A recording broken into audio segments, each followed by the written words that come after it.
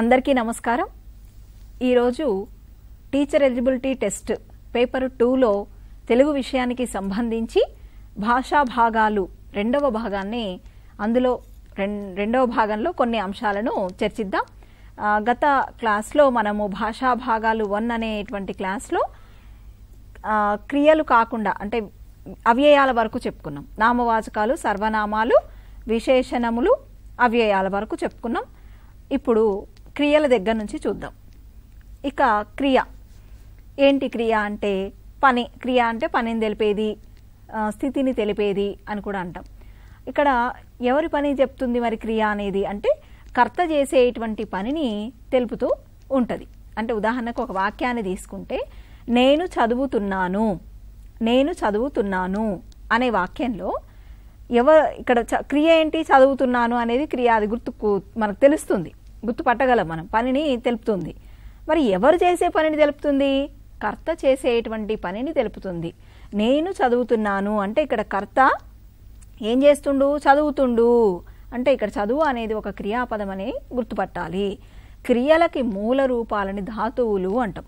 మనకి మెథడాలజీ చెప్పుకునేటప్పుడు కూడా వస్తుంది. అసలు ఎట్లా వచ్చినాయి ఈ క్రియాపదాలు అంటే ధాతువులు మూలము అని అక్కడ ఒక వాదాలు కూడా ఉన్నాయి, వస్తుంది అక్కడ. సరే, మొత్తానికి క్రియాపదం యొక్క మూల రూపాన్ని మనం ఏమంటాం? ధాతువు అంటాం. క్రియాపదం యొక్క మూల రూపాన్ని ధాతువు అంటాం. సరే, ఇక్కడ రకాలు ఉంటాయి క్రియల్లో. ప్రధానంగా మనకి సిలబస్లో కూడా క్రియలు అని ఇచ్చిరు, భాషా భాగాలు ఇచ్చిరు, మళ్ళీ క్రియలు అని కూడా ఇచ్చిరు సపరేట్గా. అంటే భాషా భాగాల్లో క్రియ వస్తుంది కాబట్టి ఇక్కడే చెప్పుకుందాం క్రియలు అని కూడా నేను ఇక్కడే చెప్తున్నాను అనమాట. అసలు ఏంటి క్రియలు, ఎన్ని రకాలుగా ఉంటాయి అనేది కూడా మనం ఇక్కడ చెప్పుకుందాం. క్రియ అంటే ఇక్కడ మనకు ప్రధానంగా క్రియల్లో రకాలను చూస్తే కర్మను కోరే విధానాన్ని బట్టి, కర్మను కోరే విధానాన్ని బట్టి క్రియలు 2 రకాలుగా కనిపిస్తాయి. కర్మను కోరే విధానాన్ని బట్టి క్రియలు ఎన్ని రకాలు? 2 రకాలు. ఒకటి సకర్మక, రెండోది అకర్మక. సకర్మక క్రియలు, అకర్మక క్రియలు. సకర్మక క్రియ కర్మను కలిగి ఉన్నటువంటి క్రియ సకర్మక క్రియ. కర్మను కలిగి ఉన్న క్రియ ఏంటిది? సకర్మక క్రియ. మరి కర్మను కలిగి ఉండడం ఎట్లా గుర్తుపట్టాలి కర్మని అని ఒక సందేహం వస్తుంది. అప్పుడు క్రియను దేనిని, వేనిని, ఎవరిని అని ప్రశ్నించాలి. ప్రశ్నించడమే కాదు, అట్లా ప్రశ్నించినప్పుడు మనకి సమాధానం రావాలి. అంటే క్రియని పట్టుకొని దేనిని, వేనిని, ఎవరిని అని ప్రశ్నించినప్పుడు మనకు సమాధానం కనుక వస్తే అటువంటి క్రియలను ఏమనాలి? సకర్మక క్రియలు అనాలి. ఉదాహరణకి కల్పన అన్నం వండింది. కల్పన ఏం చేసింది? అన్నం వండింది. కల్పన అన్నం వండింది అన్నప్పుడు ప్రశ్నించండి. కల్పన అన్నం వండింది కదా, ఇక్కడ క్రియని పట్టుకొని ప్రశ్నించాలి. వండింది, దేనిని వండింది? అన్నాన్ని వండింది. వచ్చింది కదా ఆన్సరు. అంటే సమాధానం వచ్చింది కాబట్టి ఇది సకర్మక క్రియ. అట్లనే చూడండి, సునీత పాడింది. దేనిని పాడింది? పాటను పాడింది అని వస్తుంది సమాధానం. అంటే సమాధానం వస్తే సకర్మక క్రియ. అట్లనే అకర్మక క్రియలు ఉంటాయి. కర్మ లేని క్రియలను అకర్మక క్రియలు అంటాం. అంటే ఇక్కడ క్రియను దేనిని, వేనిని, ఎవరిని అని ప్రశ్నించినప్పుడు సమాధానం రాదు. అట్లా రాకపోతే దాన్ని అకర్మక క్రియ అనాలి. ఇప్పుడు కార్తీక్ వెళ్ళాడు అనుకోండి. కార్తీక్ వెళ్ళాడు, క్రియను పట్టుకొని అడుగుదాం ప్రశ్న. వెళ్ళాడు, దేనిని వెళ్ళాడు, వేనిని వెళ్ళాడు, ఎవరిని వెళ్ళాడు? అసలు ఆన్సర్ వస్తుందా అట్లా అడిగినప్పుడు? రాదు. అట్లాంటి క్రియలని అకర్మక క్రియలు అంటాం. అట్లా గుర్తుపెట్టుకోండి. ఇవి మనకి 6వ తరగతి నుంచే మొదలైనవి. ఖచ్చితంగా 6వ తరగతి పాఠ్యపుస్తకాల్లో మీకు కనిపిస్తాయి పాఠాల్లో. ఇక్కడ సరే, వెళ్ళు అనేది అకర్మక క్రియ. కర్మకాంక్షను కలిగించినటువంటి క్రియలు అకర్మక క్రియలు. నడుచు, పరిగెత్తు, వంగు, నిద్రించు, ఇట్లాంటి కొన్ని ఉదాహరణలు అంతే. ఇక వాక్యం. వాక్యము పూర్తి అగుట, పూర్తి కాకపోవుట అనే వాటిని దృష్టిలో ఉంచుకొని క్రియలను 2 విధాలుగా విభజించడం జరిగింది. వాక్యం పూర్తి, ఇందాక క్రియను పట్టుకొని అడిగితే సమాధానం వచ్చేదాన్ని బట్టి మనం డిసైడ్ చేసినాం ఏది సకర్మక అకర్మక క్రియల్ని. అట్లనే ఇక్కడ వాక్యం పూర్తి అయిందా లేదా అనేదాన్ని దృష్టిలో పెట్టుకొని క్రియను మళ్ళీ 2 రకాలుగా చేయడం జరిగింది. సమాపక క్రియలు, అసమాపక క్రియలు. వీటికి సంబంధించి మనకి దాదాపు 6-7 తరగతుల్లో చాలా ఉదాహరణలు ఉన్నాయి. రకరకాల అభ్యాసాల రూపంలో కూడా ఇవ్వడం జరిగింది. సమాపక క్రియ, అసమాపక క్రియ. అయితే వీటిల్లో మళ్ళీ రకాలు కూడా ఉంటాయి. మనం కొంచెం స్థాయిని పెంచుకొని చదవాలి కాబట్టి సమాపక క్రియల రకాలు, అసమాపక క్రియల రకాలు కూడా మనం నేర్చుకుందాం. ఇక సమాపక క్రియల్లో చూస్తే ఏ క్రియ వలన వాక్యము పూర్తి అవుతుందో అది సమాపక క్రియ. ఏ క్రియ వలన వాక్యము పూర్తి అవుతుందో ఆ క్రియను సమాపక క్రియ అంటారు. వాక్యాన్ని పూర్తి చేసేది ఏంటి? దేన్ని పూర్తి చేస్తుంది? వాక్యాన్ని పూర్తి చేసేది సమాపక క్రియ. సంపూర్ణ అర్థం వస్తుంది అనమాట ఆ వాక్యం చదివినప్పుడు. ఇవి మనకి 8 విధాలుగా కనిపిస్తాయి. ఒక్కో విధం ఎట్లా ఉందో చూద్దాం. భూతార్థకము. భూతార్థకము భూతకాలాన్ని తెలిపేది. భూత అంటే గతించిన కాలం, భూతకాలం. భూతకాలమును తెలిపేటువంటిది. కీర్తన అన్నం తిన్నది అంటే కీర్తన అన్నం తినేసింది అనేది గతం, అయిపోయింది. లేదా రాజు సినిమా చూసేసిండి, అయిపోయింది, అట్లా అన్నమాట. అంటే అయిపోయింది, గతించిన దాన్ని తెలిపేటువంటి క్రియ ఇక్కడ భూతార్థకము. అట్లనే వర్తమానార్థకం, జరుగుతున్న పని తెలిపేది, జరుగుతూ ఉన్నట్టు. అంటే ప్రజెంట్ టెన్స్, ఇంగ్లీష్లో చెప్పాలి అంటే past tense, present tense, future tense అంటాం కదా, అట్లా. ఇక్కడ వర్తమానార్థకము, జరుగుతున్న పని తెలియజేసేది. చదువుతున్నారు, రాస్తున్నారు, పాడుతున్నారు, ఆడుతున్నారు, పరిగెడుతున్నారు, ఇట్లాంటివన్నీ వర్తమానార్థకాలు. ఇక భవిష్యతార్థకం, జరగబోయేది చెప్పేటువంటి క్రియ అన్నమాట. అంటే చదువుతాడు, చూస్తాడు, చేస్తాడు, పాడతాడు, ఇట్లాంటి ఇవన్నీ కూడా భవిష్యతార్థకాలు. ఇంకా తద్ధర్మార్థకాలు ఉంటాయి. తద్ధర్మార్థకాలు అని అంటే నిత్య సత్యాలను తెలిపేవి. నిత్య సత్యాలు ఉంటాయి మన ప్రపంచంలో, లోకంలో కొన్ని. ఏంటి అవి? సూర్యుడు తూర్పున ఉదయిస్తాడు, నిత్య సత్యం అది. నక్షత్రములు ప్రకాశిస్తాయి, నదులు ప్రవహిస్తాయి, ఇట్లాంటి కొన్ని. ఇవన్నీ కూడా నిత్య సత్యాలు. ఇవన్నీ కూడా తద్ధర్మార్థక క్రియలు అంటాం వీటిని. ఆ తర్వాత విద్యార్థకము, విధులను ఆజ్ఞలను తెలియజేసేటువంటి, విధులను ఆజ్ఞలను తెలియజేసే క్రియారూపాలను విద్యార్థకము అంటాం. ఈ విద్యార్థకము ఇవన్నీ మళ్ళీ మనకి ఎక్కడొస్తాయి అంటే వాక్యం చెప్పుకునే దగ్గర వస్తాయి. వాక్యంలో మనకి స్పెషల్గా మనకి ఇవ్వడం జరిగింది సందేహార్థక వాక్యాలు, ప్రశ్నార్థక వాక్యాలు, అనుమత్యర్థక వాక్యాలు, విద్యార్థక వాక్యాలు, ఇవన్నీ ఉన్నాయి. అవన్నీ అధ్యయనం చేసేటప్పుడు మళ్ళీ మనకి క్రియలు ఇవన్నీ కూడా మనకి అవసరం అన్నమాట. ఈ అవగాహన ఉంటే మన వాక్యాలని చాలా సులభంగా ఆ క్లాస్ మనం అర్థం చేసుకోగలుగుతాం, దానికి సంబంధించిన బిట్స్ చేయగలుగుతాం. సరే, ఇక్కడ విధులను ఆజ్ఞలను తెలియజేసేటువంటి క్రియారూపాలను విద్యార్థకం అంటాం. ఉదాహరణకి నీవు వెళ్ళుము ఆజ్ఞ, మీరు చదవండి అట్లా అన్నమాట ఆజ్ఞ. ఇట్లాంటి ఇవన్నీ కూడా విద్యార్థకాలు. తర్వాత మనం ఏంటి ఇప్పుడు సమాపక క్రియల్లో రకాలని చూస్తున్నాం. ప్రార్థనార్థకాలు, ప్రార్థనాపూర్వకంగా అంటే విధేయంగా అట్లా మనం బతిలాడే విధంగా ఉండేయండి. నీవు దయచేసి చదువు, నీవు దయచేసి చదువు, అయ్యా ఇటువైపు రండి, నీవు దయచేసి చదువు, అయ్యా ఇటువైపు రండి, అమ్మ పాడు కాస్త పాడు, ఇట్లాంటివన్నీ కూడా. అంటే ఇవన్నీ ప్రార్థనార్థకంగా ఉంటాయి కాబట్టి వీటిని ప్రార్థనార్థక క్రియలు అంటాం. ఆ తర్వాత ఉభయ ప్రార్థనార్థకాలు కూడా ఉంటాయి ఇందులోనే. అంటే ఎట్లా అంటే ఎదుటి వాళ్ళతో పాటు వాళ్ళు కూడా కలుపుకొని, అంటే మనము ఎదుటి వాళ్ళు ఇద్దరు కలుపుకొని చెప్తాం, దయచేసి మనం చదువుదాం, దయచేసి మనం చదువుదాం, లేకపోతే దయచేసి మనం ఆడుదాం, ఇట్లాంటివి అన్నమాట. ఇవన్నీ కూడా ఉభయ ప్రార్థనార్థకాలు. ఇంకా అనుమత్యర్థకాలు, అనుమతిని తెలిపేవి. నీవు వెళ్ళవచ్చు, మీరు పాడవచ్చు, ఇట్లాంటి కొంచెం ఎక్కడో ఒక చోట కొంత వస్తుంది కన్ఫ్యూజన్, కానీ మ్యాక్సిమం గుర్తుపట్టవచ్చు ఇవి. ఇక ఆశిష్యాపార్థకాలు, ఆశిష్యాపార్థకాలు అందులోనే ఉంది చూడండి, ఆశీస్సులుంటాయి, శాపాలు ఉంటాయి, ఆశిష్యాపార్థకాలు అంటాం. ఇది 2 రకాలు, ఆశీర్వాదార్థకము, శాపార్థకము. అంటే ఇప్పుడు ఆశీర్వార్థకము అని అంటే శుభాన్ని కోరేది. శుభాన్ని కోరడం అంటే మనం వాళ్ళకి ఎదుటి వాళ్ళకి మంచి జరగాలని కోరుకుంటూ దీవిస్తూ ఉంటారు కదా, అవన్నమాట.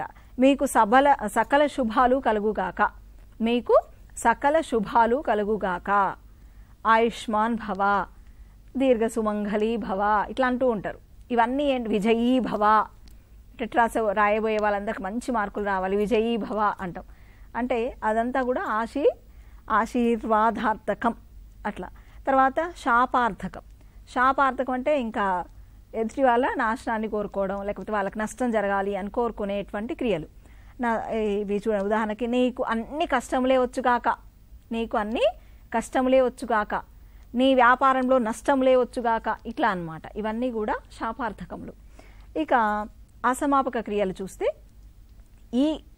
ఏ క్రియ వల్ల వాక్యం పూర్తి కాదో ఆ క్రియని అసమాపక క్రియ అంటాం. ఏ క్రియ వల్ల అయితే వాక్యం పూర్తి కాదో దానిని ఏమంటాం? అసమాపక క్రియ అంటాం. ఇవి మళ్ళీ మనకి 8 విధాలుగా కనిపిస్తాయి. క్వార్ధకము, తర్వాత చేదర్థకం, ఇవన్నీ చాలా ఉన్నాయి లిస్ట్ అసమాపక క్రియల్లో. ఇవన్నీ చూద్దాం ఒకసారి. ఫస్ట్ ఇందులో క్వార్ధకము చూస్తే భూతకాల అసమాపక క్రియ. ఇది చాలాసార్లు డిఎస్సిలో కూడా బిట్టు అడిగినటువంటిది, ప్రశ్నగా వచ్చినటువంటిది. కాబట్టి ఇదనే కాదు, అప్పుడు అది వచ్చింది, ఇక్కడ ఈ విభాగంలో ఇంకే రకంగా నెక్స్ట్ క్వశ్చన్ రాబోతుందో అనే విధంగా అభ్యర్థి చదవాల్సి ఉంటుంది. క్వార్ధకము అంటే భూతకాల అసమాపక క్రియ ఇస్తాడు. భూతకాల అసమాపక క్రియ క్రింది వానిలో అన్నప్పుడు కింద చూసుకోవాలి ఏది అనేది గుర్తుపట్టాలి. ఎప్పుడు గుర్తుపడతాం? మనకు ఆ ఎగ్జాంపుల్స్ తెలిసినప్పుడు, ఆ క్రియల మీద అవగాహన ఉన్నప్పుడు మాత్రమే గుర్తుపడతాం. అప్పుడు చూడండి, క్వార్ధకము అంటే భూతకాల అసమాపక క్రియ అనుకున్నాం కదా. అవి ఎట్లా రూపాల్లో ఉంటాయి అంటే తిని, చూసి, పోయి, వెళ్ళి. ఇప్పుడు ఇందాకేమో సమాపక క్రియలు చెప్పుకున్నాం. అవేంటి, మనకి మొత్తం పూర్తి అయిపోతుంది, వాక్యం అంతా కూడా సంపూర్ణమైన చదివితే సంపూర్ణమైన అర్థం మనకి అవుతుంది అనమాట. ఇప్పుడు చెప్పుకునే మనం అసమాపక క్రియలు, ఇవన్నీ ఎట్లుంటాయి? ఇన్కంప్లీట్గా ఉంటాయి, అసంపూర్ణంగా, అంటే వాక్యము పూర్తి కాదు. ఇప్పుడు చూడండి, ఇక్కడ కూడా తిని, వెళ్ళి, తాగి, ఆడి, పాడి. అంటే ఇక్కడ ఇంకొకటి కూడా గుర్తుపెట్టుకోవాలి. తిని అన్నప్పుడు ఏంటి, చివర ఈ వస్తుంది, పాడి ఈ వస్తుంది, తాగి ఈ వస్తుంది. అంటే భూతకాల అసమాపక క్రియ క్వార్ధకము, అందులో ఇకారము చివర ఉంటుంది అనేది కూడా గమనించండి. ఇక వ్యతిరేక క్వార్ధకము అంటే క్వార్ధకమునకు వ్యతిరేకమైనది. ఇందాక తిని అన్నం అంటే తినక, చదివి అన్నం చదవక, వెళ్ళి అన్నం వెళ్ళక, అంతే వ్యతిరేకంగా. ఇక శత్రర్థకము. శత్రర్థకము అంటే వర్తమాన కాలిక అసమాపక క్రియ. ఇక్కడ ఇది కూడా బిట్టుగా వచ్చే అవకాశం ఉంది, వచ్చింది కూడా కొన్నిసార్లు కొన్ని పరీక్షల్లో. వర్తమాన కాల అసమాపక క్రియ ఏమిటి అంటాడు. అప్పుడు శత్రర్థకము అని గుర్తుండాలి. ఆ వాక్యం ఎలా ఉంటుందో కూడా గుర్తుపట్టగలగాలి. సీత అన్నము తింటూ పుస్తకం చదువుతున్నది. సీత అన్నము తింటూ పుస్తకం చదువుతున్నది. తింటూ కంప్లీట్ కాలే, ఇంకా పూర్తి కాలేదు, తింటూ అన్నం. కాబట్టి ఇది వర్తమాన కాల అసమాపక క్రియ. బాలుడు అన్నము తింటూ టీవీ చూస్తున్నాడు, ఇట్లాంటివి అన్నమాట. తర్వాత చేదర్థకము. చేదర్థకము అంటే భవిష్యత్ కాలానికి సంబంధించి ఉంటుంది. ఇది ఇక్కడ ప్రధానంగా కార్యాకారణ సంబంధమైనటువంటి క్రియల్లో నిబంధనతో కూడినటువంటి కారణ సంబంధమైన క్రియ ఇది. నిబంధన ఉంటుంది, ఆ నిబంధన ఆ నిబంధన ప్రకారం అయితేనే అది అవుతుంది, లేకుంటే కాదనమాట. అంటే అట్లా అయినదే ఉంటుంది ఇక్కడ చేదర్థకంలో. ఇప్పుడు చూడండి, ఉదాహరణకి ఇక్కడ ఎట్లా అంటే ధాతువుకి ఏం చేరుతాయి ప్రత్యయాలు అంటే ఇనన్, తే, తర్వాత అయితే. ఇవి గుర్తుపెట్టుకోండి. ఇక్కడ అడుగుతాడు కూడా, చేదర్థకానికి సంబంధించిన ప్రత్యయాలు అన్నప్పుడు ఇనను, తే, అయితే అనేవి గుర్తుండాలి. ఇవి చేరడం వల్ల అట్లా రూపం మనకి ఏర్పడుతుంది అనమాట. అంటే నిబంధన కార్యాకారణ అంటే ఒక కార్యకారణ సంబంధం అంటే ఏంది, ఒక కార్యం జరగడానికి అంటే ఒక పని జరగడానికి ఆ సంబంధం ఉన్నటువంటి, అంటే ఆ పని జరగడానికి దానికి కారణం ఏదో ఉంటుంది, అది ఉండడం వల్లనే ఈ పని జరుగుతుంది అనమాట. ఒకవేళ మనం ఒక పని జరగలేదు అనుకోండి, ఒక కారణాన్ని చెప్తాం కదా, అందువల్లే నాకు ఈ పని జరగలేదు అని. సరే, జరగలేదు అనేది ఇంకో దగ్గర వస్తుంది మనకు. కానీ ఇప్పుడు ఇక్కడ ఒకటి జరిగింది అని అంటే దానికి కారణాన్ని బట్టి మనం చెప్తాం అనమాట, అది చేదర్థకం. ఇక్కడ చూద్దాము, మనము ఉదాహరణ చూస్తే వానలు కురిస్తే పంటలు పండుతాయి అంటే కురిస్తే, స్తేలో తే ఉంది, అట్లా అనమాట. వానలు కురిస్తేనే పంటలు పండుతాయి, బాగా చదివితేనే ఉద్యోగం వస్తుంది, బాగా చదివితే ఉద్యోగం వస్తుంది అంటే తే ఉంది కదా, అట్లా. ఇవన్నీ కూడా అంటే చేదర్థకాన్ని గుర్తుపట్టడానికి బాగా చదివితే ఉద్యోగం వస్తుంది, లేకపోతే రాదు. అంటే కారణము ఉంది, నిబంధనతో కూడి ఉంది ఆ కారణం, అట్లా కారణ సంబంధమైనటువంటి క్రియ అన్నమాట ఇది. తర్వాత హేత్వర్థకము. కార్యాకారణ సంబంధమైనటువంటి క్రియలలో కారణ సంబంధమైన క్రియకు హేత్వర్థకం అని పేరు. కారణ సంబంధమైన క్రియ. ఇందాక నిబంధనతో కూడినటువంటిది అది. ఇది చూద్దాం ఎట్లనో. వానలు కురిసి పంటలు పండాయి. వానలు కురిసి పంటలు పండాయి అంటే పంటలు పండడానికి ఇక్కడ ఒక కారణం, అంటే కారణాన్ని ప్రధానంగా చెప్తున్నాం ఇక్కడ. కురిసినాయి కాబట్టి పండుతున్నాయి అని. కొంచెం స్వల్పకాలిక తేడాలతో ఉంటాయి, గుర్తుపట్టాలి. కార్యకారణ సంబంధమైన క్రియలలో కారణ సంబంధమైనటువంటి క్రియకు హేత్వర్థకము అని పేరు. ఇది భూతకాలానికి సంబంధించింది, అంటే జరిగిపోయింది ఆల్రెడీ. వానలు కురిసి పంటలు పండాయి. బాగా చదివి ఉద్యోగం తెచ్చుకున్నాడు. అట్లా ఇక్కడ అంటే హేత్వర్ధకానికి సంబంధించి. తర్వాతకి అప్యర్థకం చూద్దాం. ఇది హేత్వర్ధకానికి వ్యతిరేకమైంది. కారణ సంబంధమైన క్రియ ఉంటుంది కానీ జరగదు పని. ఇందాక పని జరిగింది, పని జరిగినప్పుడు హేత్వర్ధకము అన్నాం. అంటే వానలు కురిసినాయి పంటలు పండినాయి, బాగా చదివిరు ఉద్యోగం వచ్చింది. అప్యర్థకానికి ఏంటి? వ్యతిరేకం అనమాట ఒక విధంగా. ఎట్లా అంటే ఇప్పుడు ఒక కారణం ఉంది కార్యం నెరవేరకపోవడానికి. ఉదాహరణకి వానలు కురిసినా పంటలు పండలేదు అంటే వానలు కురిసినా పండలేదు అంటే ఎందుకు పండలేదు అంటే దానికి మళ్ళీ ఏమైనా ఎరువులు తక్కువైనాయో, లేకపోతే నేల బాగాలేదో, నీటి సరఫరా సరిగ్గా లేదో, ఏదో ఒక అట్లా అనమాట. సరైనటువంటి సమయంలో వానలు అందలేదో, ఇట్లాంటి కారణాలు ఏవైనా ఉండొచ్చు. అంటే ఇక్కడ ఎట్లా కారణ సంబంధమైనటువంటి క్రియ ఉన్నప్పటికీ ఆ కార్యం నెరవేరదు, అంటే ఆ పని జరగదు. వానలు కురిసినా పంటలు పండలేదు, కావ్య బాగా చదివినా ఉద్యోగం రాలేదు. తర్వాత ఇట్లాంటి దాంట్లో ఈ క్రియల్లో ఇనా అనే ప్రత్యయం వస్తుంది, అది గమనించండి. అప్పుడు మీకు ఈజీగా గుర్తుపెట్టుకోవచ్చు. అప్యర్థకం అనగానే ఈనా, అప్యర్థకం అనగానే ఈనా అనే ప్రత్యయం గుర్తుంటే కురిసినా పంటలు పండలేదు అంటే ఇక్కడ ఇస్తాడు. ఉదాహరణకి ఒక వాక్యాలు ఇస్తాడు, ఒక 4 వాక్యాలు ఇచ్చి ఇందులో అప్యర్థకాన్ని గుర్తించండి అని అంటాడు. లేదా క్రింది వానలో ఒక వాక్యమే ఇచ్చి 2 వాక్యాలు ఇచ్చి అప్యర్థక వాక్యంగా మార్చమని అడగొచ్చు. అట్లా అనమాట. గుర్తించమని అడిగినప్పుడు తెలవాలి ఇది. తుమున్నర్థకము ఒక పని చేయడం కోసం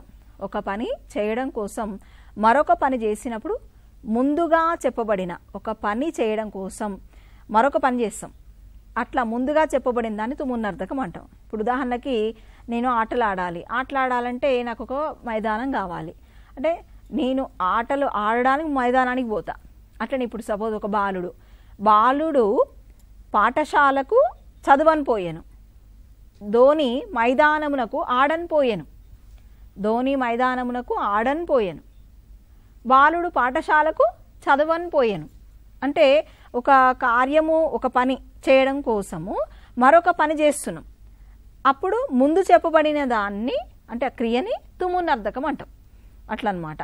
తర్వాత అనంత్యార్థకం ఒక పని జరిగిన తర్వాత ఆ తర్వాత జరిగిన పరిణామాన్ని తెలుపుతుంది అనమాట. ఇది ఒక పని జరుగుతుంది, దానివల్ల ఇంకోటి జరుగుతుంది, అది అనంత్యార్థకం. ఉదాహరణకి ఇక్కడ సూర్యచంద్రులను గుర్తుపెట్టుకుంటే అనంత్యార్థకం గుర్తుంటుంది. చంద్రుడు ఉదయించినప్పుడు కలువలు వికసిస్తాయి, అది సహజంగా జరిగేటువంటి ప్రకృతిలో. అట్లానే సూర్యుడు వస్తేనే తామరలు వికసిస్తాయి. అంటే సూర్యుడికి, తామరలకి, చంద్రుడికి, కలువలకి ఉంటుందన్నమాట. అంటే ఇక్కడ ఒకటి జరిగినప్పుడు ఆటోమేటిక్గా ఇంకోటి మార్పు కనిపిస్తూ ఉంటుంది, అది అనంత్యార్థకం. ఇంకా క్రియా ఫలితాన్ని దృష్టిలో పెట్టుకొని మనకి క్రియలు మళ్ళీ 2 రకాలుగా కనిపిస్తాయి. అది పరస్మై పదం, ఆత్మనే పదం. పరస్మై పదము అంటే చూడండి, తన కోసమే కాకుండా ఇతరుల కోసం పనిచేస్తే, తన కోసమే కాదు ఇతరుల కోసం కూడా పనిచేసినప్పుడు దాన్ని పరస్మై పదం అంటాం. అంటే అమ్మ అన్నం వండుతుంది, అమ్మ అన్నం ఒక్కతే వండుకొని తినదు కదా. అమ్మ అన్నం వండుతుంది అంటే అందరి కుటుంబంలో ఉన్న అందరికీ పెడుతుంది. అట్లా అంటే అమ్మ అన్నం వండుతుంది అన్నప్పుడు అందరికీ వర్తిస్తుంది, తన కోసమే కాకుండా ఇతరులకు కూడా వర్తిస్తుంది. అట్లాంటిది పరస్మై పదం. ఇంకా ఆత్మనే పదం. రమ వండుకొనుచున్నది, అన్నం వండుకొనుచున్నది రమ అంటే తన కోసం వండుకుంటుంది. ఆత్మనే పదము అని అంటే తన కోసం మాత్రమే పని చేస్తే, పని జరిగితే అక్కడ అది ఆత్మనే పదము అనేది గుర్తుపెట్టుకోండి. ఆత్మనే పదంలో కొను అనేటువంటి ప్రత్యయం ఒకటి చేరుతుంది, అది గుర్తుపెట్టుకోండి. ఇక క్రియా విశేషణం. క్రియలను అంటే మనకు మామూలుగా ఇప్పుడు క్రియల వరకు చూసినాం మనం. క్రియల్లో మామూలుగా మనకి కర్మను బట్టి, ఆ తర్వాత వాక్యం ఎట్లా పూర్తవుతుందనే దాన్ని బట్టి, అంటే సకర్మక, అకర్మక, సమాపక క్రియలు, ఆ తర్వాత అసమాపక క్రియలు, ఇవన్నీ చూసినాం మనం. తర్వాత ఇప్పుడు నెక్స్ట్ మనం క్రియా విశేషణం చూద్దాం. క్రియలను విశేషించు పదములను క్రియా విశేషణాలు అంటారు. క్రియలను విశేషించి చెప్తాం. ఇప్పుడు మనకు ఫస్ట్ పార్ట్లో కూడా వచ్చింది ఇది. అర్జునుడు వేగంగా బాణములు సంధిస్తాడు అంటే అర్జునుడు బాణాలు సంధిస్తాడు అనేది మామూలుగా కామన్ వర్డ్, కామన్ లైన్.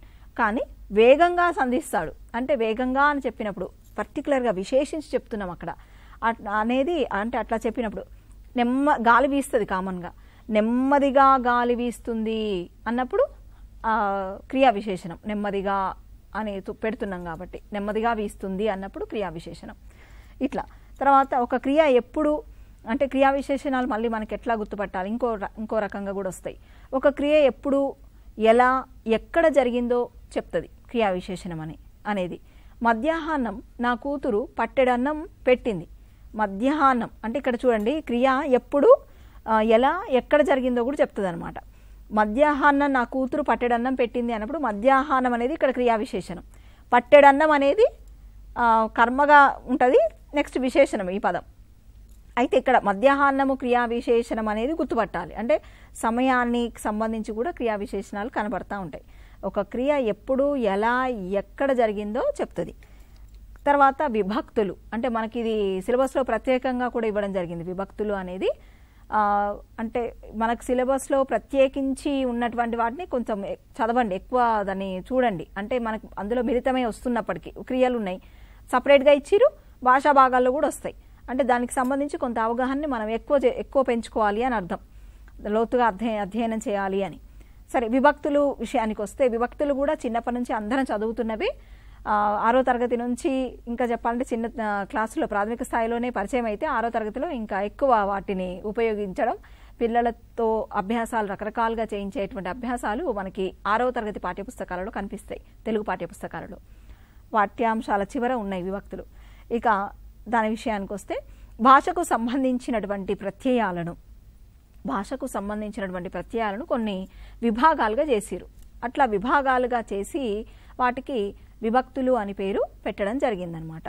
పదాల మధ్య ఉండేటువంటి సంబంధాన్ని విభక్తి తెలుపుతుంది, లేదా విభక్తులలో ఉన్న ప్రత్యయాల వల్లనే సంబంధం ఏర్పడుతుంది, పదాల మధ్య సంబంధం ఏర్పడుతుంది. వాక్యము మనకి అంటే మామూలుగా ఎవరికైనా కూడా అర్థం అవుతుంది అనమాట. విభక్తులు అది ఏ విభక్తి అని మనం గుర్తించాలి అంటే ప్రత్యయం తెలిస్తేనే మనం అదే విభక్తో గుర్తించగలుగుతాం. అట్లా విభక్తులు అసలు మనకి ఏమేమి ఉన్నాయి విభక్తులు అనేది ఒక లిస్ట్. సరే, మళ్ళీ ఒకసారి అందరికీ తెలిసే ఉండొచ్చు, మళ్ళీ ఒకసారి మనం పునఃస్మరణ చేసుకుందాం విభక్తుల్ని. విభక్తులు ప్రధానంగా 7 రకాలుగా కనిపిస్తాయి మనకి. సంబోధన ప్రథమ విభక్తి చేరడం వల్ల మొత్తం విభక్తులు ఎన్నైనాయి?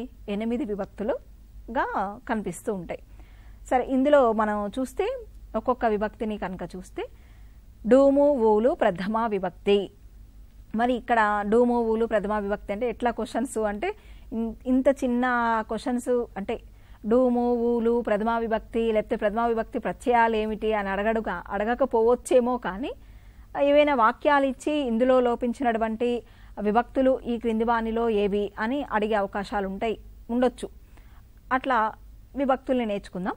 సరే, మొత్తానికి డూమూవులు అంటే ప్రథమ విభక్తి.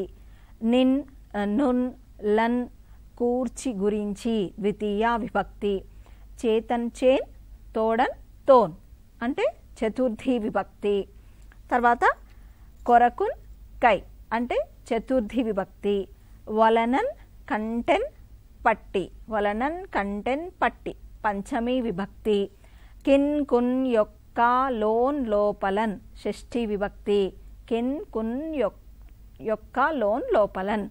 తర్వాత అందున్నన్ సప్తమి విభక్తి. అందున్నన్.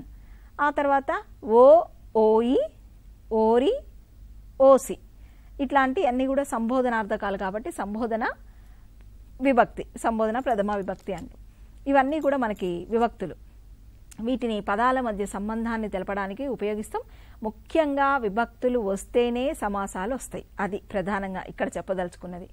విభక్తులు రాకపోతే మనము ఇచ్చినటువంటి సమాస పదంకి విగ్రహవాక్యం రాయాలి కదా, ఆ విగ్రహవాక్యం రాయటానికి చాలా ఇబ్బంది అవుతుంది, రాయలేమని చెప్పొచ్చు. ఇంకా చెప్పాలంటే మనకి విభక్తులు వస్తేనే ఆ సమాస పదాలలో ఏ ప్రత్యయాలు సరిపోతాయి అని గుర్తుపట్టి ఆ సమాసాన్ని గుర్తుపట్టడం జరుగుతుంది. కాబట్టి ఖచ్చితంగా విభక్తులు రావాలి. ఆ తర్వాత మనకున్నటువంటివి ఆశ్చర్యార్థకాలు. ఆశ్చర్యార్థకాల్లో ఏంటి ఇవి కూడా ఒకసారి చూద్దాం లిస్ట్. చిన్న చిన్నవి ఇవన్నీ. ఆశ్చర్యము, సంతోషము, జుగుప్స, భయము ఇట్లాంటి పదాలని తెలిపేవి అన్నమాట ఆశ్చర్యార్థకాలు. కేవలం ఆశ్చర్యం అనగా ఆశ్చర్యమే అని అనుకోవద్దు. సంతోషమైన ఫీలింగ్ని కూడా చెప్తాము, భయము అట్లాగే జుగుప్స ఇట్లాంటి వాటి పదజాలాన్ని కలుపుకొని మనము ఆశ్చర్యార్థకాల లిస్టులో చదువుకోవాలి. ఆహా సీత ఎంత అందంగా ఉన్నది, ఆహా సీత ఎంత అందంగా ఉన్నది అంటాం. ఇక్కడ ఆహా అనేది ఆశ్చర్యార్థకం.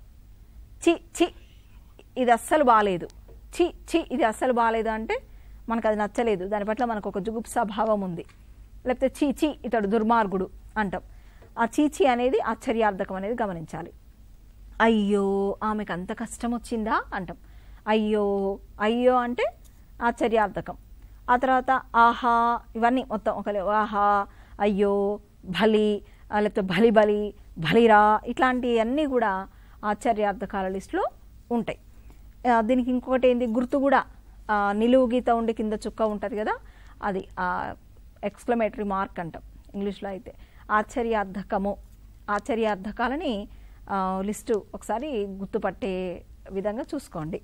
తర్వాత మొత్తం అంటే ఇప్పటి వరకు మనం ఇందులో ఈ లిస్టులో కనుక మొత్తం మనం ఒకసారి చూస్తే క్రియల్లో ప్రధానంగా మనకి సకర్మక అకర్మక క్రియలు దాని గురించి చర్చించినాం. కర్మను కోరేవి, కర్మని కోరనివి, తర్వాత వాక్యాన్ని పూర్తి చేస్తాయి చేయవు అని చెప్పేసి ఇట్లా మొత్తం వివరించుకున్నాం. ఆ తర్వాత ఈ క్రియల్లోనే భాగంగా వాక్యాన్ని పూర్తి చేసేదాన్ని బట్టి, అంటే సమాపక క్రియలని అసమాపక క్రియలు అని వాక్యాన్ని పూర్తి చేసేదాన్ని బట్టి కూడా మనము క్రియలని చెప్పుకున్నాం. ఆ తర్వాత మనకు ఇంకా విభక్తులు, తర్వాత ఆశ్చర్యార్థకాలు ఇవి కూడా చెప్పుకున్నాం. సో ఇవన్నీ కూడా భాషా భాగాల్లో భాగంగా మనం అధ్యయనం చేయాల్సి ఉంది. సముచ్చయాలు కూడా, సముచ్చయాలు ఏంటంటే మనం అవ్యయాల దగ్గరనే చెప్పుకున్నాం నిజానికి సముచ్చయాలని. సముచ్చయాలు మీకు వచ్చు, అంటే ము ను అనేవి ఉకారం చివర ఉన్నటువంటి వాటికి రాముడును, ఇట్లా ఉకారం చివర లేని పదాలు తల్లి తండ్రి వాటికి తల్లియు తండ్రియు యు చేరుతుంది అనేటువంటివి సంబంధాన్ని అట్లా కలపడానికి ఉపయోగిస్తూ ఉంటాం వాటిని. సో ఇవన్నీ కూడా మనకి భాషా భాగాల్లో భాగంగా మనం అధ్యయనం చేయాల్సి ఉంటుంది. ఇది భాషా భాగాలకు సంబంధించినటువంటి క్లాసు. మరొక క్లాస్లో మనం మళ్ళీ కలుసుకుందాం. అందరికీ నమస్కారం, ధన్యవాదాలు.